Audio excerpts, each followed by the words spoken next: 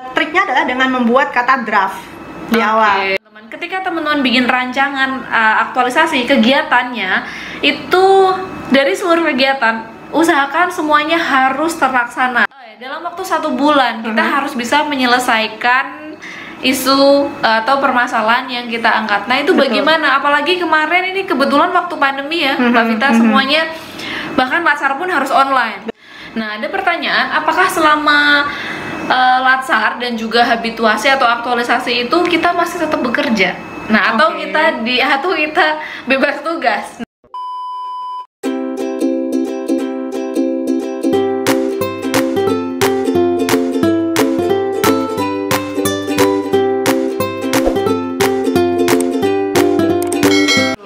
Ada ini nggak, Bu Vita, apa tips selain itu, tips memilih isu ini khususnya untuk sebagai dosen ya? Mungkin ada atau contoh-contoh isu yang menurut Mbak Vita menarik dari teman-teman di angkatan 5 kemarin.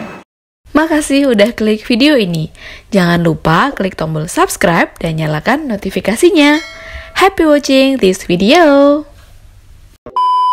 Selain tadi kalau di dunia pendidikan, kalau di bidang pendidikan seperti Mbak Vita tadi membuat buku ya? Iya, buku. Nah itu mungkin atau bisa dijelaskan dulu deh inspirasi atau tadi akhirnya memutuskan untuk aku bikin buku nih gitu.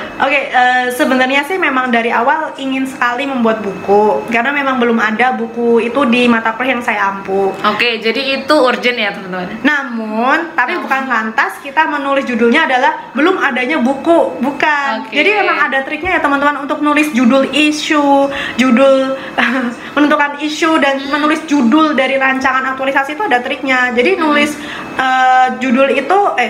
isu itu bukan kita pakai kalimat negatif. Contohnya kayak masih kurangnya buku ajar di prodi A, bisa seperti itu. Bukan. Jadi lebih ke belum optimalnya pembelajaran. Jadi kita membuat hal yang negatif menjadi bahasa yang positif. Lebih diperhalus gitu. Betul, itu.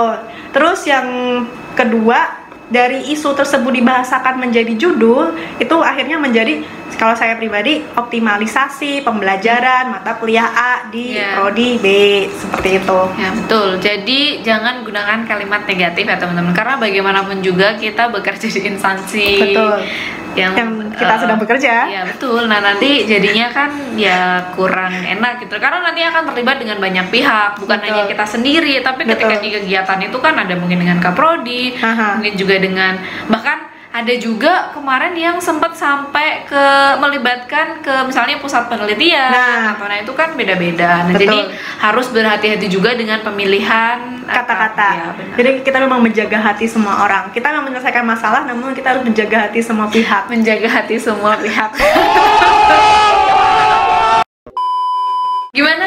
Nah kira-kira ada saran atau masukan nih Mbak Vita buat teman-teman yang lagi bingung cari isu nih yang sebentar lagi latsar gimana? Jadi gini ya, kalau saya melihatnya, saya ini kan orang baru di sebuah institusi. Ini bukan cuma soal di perguruan tinggi ya teman-teman.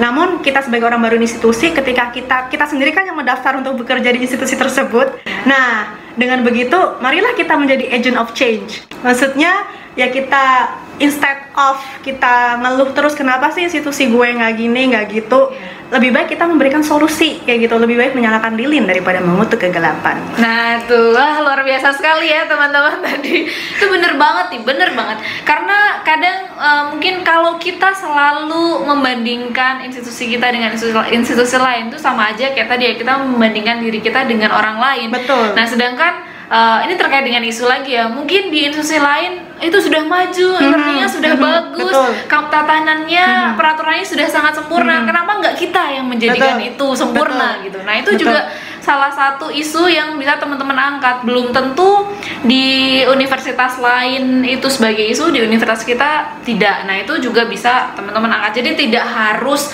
berkaca pada institusi lain, tapi kita melihat dari institusi kita sendiri untuk dapat berkontribusi ya Mbak? Iya betul, lebih ke apa sih yang bisa kita kontribusiin gitu. Nah gitu, daripada mengutuk kegelapan. Nah, terima kasih Mbak Vita atas saran dalam pemilihan isu ya teman-teman. Semoga setelah nonton video ini teman-teman jadi tercerahkan Jadi sudah bisa memulai peka dengan lingkungan, bisa mulai memilih-milih, mengintip-ngintip isu yang ada di instansi tempat teman-teman bekerja.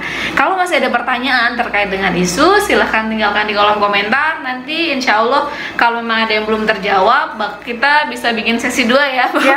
Gitu ya teman-teman, terima kasih. Wassalamualaikum warahmatullahi wabarakatuh. See you on the next video. Terima kasih Vita. Sama-sama, makasih udah diundang.